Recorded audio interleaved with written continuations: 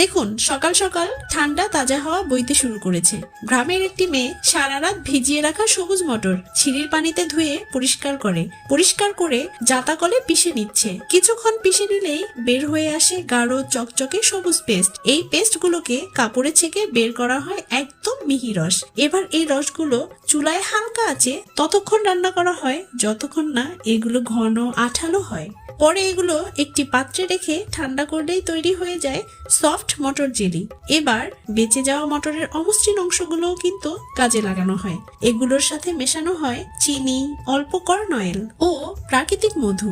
অল্প কিছুক্ষণ জাল করার পরই এগুলো নরম ও মিষ্টি হয়। যখন সুন্দর ঘ্রাণ বের হয় তখন এগুলো ছোট ছোট ছাঁচে রেখে সুন্দর শেপে মুন কেক তৈরি করা হয়, যা ঐতিহ্যবাহী খাবার হিসেবে পাহাড়ে খুবই জনপ্রিয়। এইদিকে মটর থেকে বানানো জেলি কিউব শেপে কাটা হয় আর উপর থেকে দেয়া হয় লাল মরিচের পেস্ট, যা হালকা তাজা আর শীতের মৌসুমের মন মাতানো স্বাদ।